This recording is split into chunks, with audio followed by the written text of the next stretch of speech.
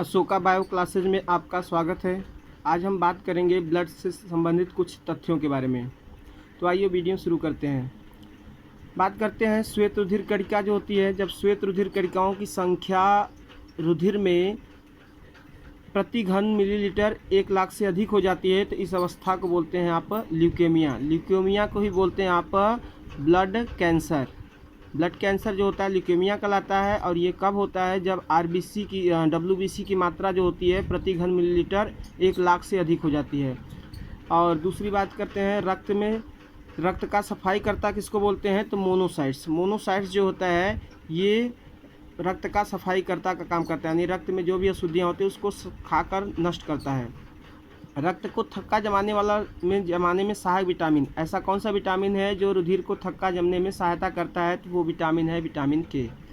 बात करते हैं रुधिर वर्ग की खोज। फिलहाल तो श्रेय दिया जाता है रुधिर वर्ग का खोज कार्ल लैंडस्टीनर को, लेकिन रुधिर वर्ग आपको पता होगा 4 प्रकार के हैं, ए बी और ओ।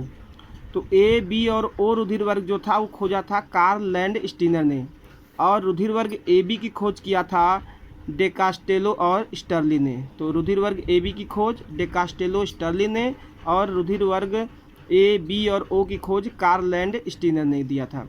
अब बात करते हैं रुधिर वर्ग का नामकरण। ये ए बी ओ या ए बी क्यों रखा गया, किसके आधार पर रखा गया? तो ये रखा गया आपका जो कल बात हुई थी या पिछले वीडियो में बात हुई थी कि आरबीसी जो होता है लाल रुधिर कणिका, उसमें जो होता है कोशिका कला के ऊपर एंटीजन होता है। एंटीजन यानी प्रतिजन, वो एक प्रकार का प्रोटीन होता है। तो वही एंटीजन जिसके आरबीसी में जो एंटीजन है वही ब्लड ग्रुप कहा जाता है। जिसके ब्लड में एंटीजन ए है ब्लड ग्रुप ए, जिसमें बी है तो उसका ब्लड ग्रुप बी कहा जाता है, जिसमें ओ है यानी नहीं है तो उसको ओ कहते हैं, जिसमें दोनों है तो ए बी। तो रुधिर वर्ग का नामकरण किसके आधार पर किया गया? इस तरह से देखा जाए तो एंटीजन के आधार पर।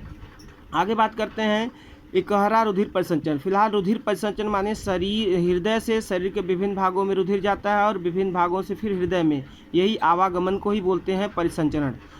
परिसंचरण का खोज किया था, रुधिर परिसंचरण का खोज विलियम हार्वे वैज्ञानिक ने। विलियम हार्वे ने इसका खोज किया था।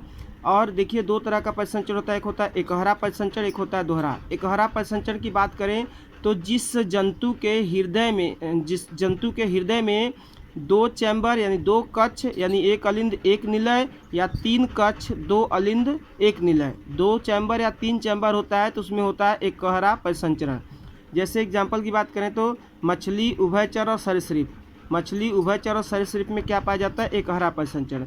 जबकि ऐसे जंतु जिसमें हृदय में 4 चैम्बर होते हैं उसमें होता है दोहरा परिसंचरण। तो सरीसृप का ही एग्जाम्पल है आपका घड़ियाल, लेकिन घड़ियाल एक ऐसा अपवाद जंतु है, घड़ियाल, मगर, एलिगेटर, ये ऐसे जंतु हैं जिसमें कैसा परिसंचरण पाया जाता है? दोहरा। यानी दाएं तरफ हृदय के 2 भाग, जैसे दाएं 2 भाग और 2 बाएं भाग, तो दाएं 2 भाग में CO2 वाला रुधिर यानी कि अशुद्ध रुधिर दौड़ता है और बाएं भाग में शुद्ध रुधिर। तो एक ही हृदय में 2 तरह का रुधिर दौड़ता है, इसलिए नाम दिया गया दोहरा परिसंचरण। तो किसमें पाया जाता है? घड़ियाल, पक्षी और स्तनधारियों में। धड़कन की बात करें जिसी को हार्ट बीट बोलते हैं, तो हार्ट बीट वयस्कों में जो होता है 72 प्रति मिनट, यानी 1 मिनट में 72 बार हार्ट बीट होता है। खरगोश में 1 मिनट में 210 बार, और जबकि नवजात शिशु जो होते हैं, नए नए बच्चे जो जन्म लिए होते हैं, उनमें 120 से 140 प्रति मिनट होता है। आपने देखा होगा छोटे बच्चे जो जन्म लिए होते हैं उनके जो सिर के ऊपर थोड़ा सा गड्ढे नुमा संरचना होता है, इसको तालू बोलते हैं, वो हमेशा देखते हैं ऊपर नीचे करता रहता है। तो वही जितनी बार ऊपर नीचे कर रहा है समझ लीजिए वो क्या हो रहा है, उसकी हार्ट बीट है, वहाँ तक ब्लड का सर्कुलेशन हो रहा है, इतनी तेज कंपन करता है। तो वही 120 से 140 के आसपास होता है। बात करते हैं ब्लड प्रेशर, रक्तदाब।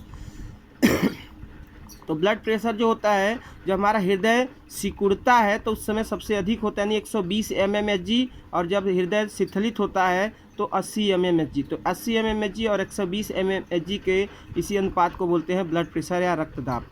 मानव में एक धड़कन जो था, यानी कि एक धड़कन में कितना समय लगता है? तो एक धड़कन में समय लगता है 0.8 सेकेंड।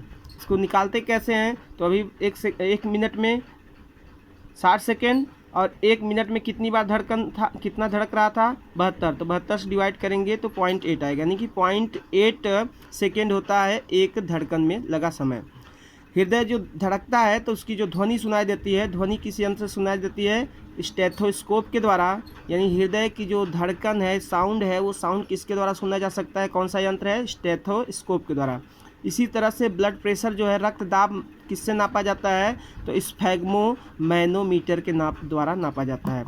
इस तरह से हमने रुधिर से संबंधित कुछ तथ्यों के बारे में जाना। और इस वीडियो को ज़्यादा से ज़्यादा आप लाइक करिए, शेयर करिए, सब्सक्राइब करिए। वीडियो देखने के लिए धन्यवाद।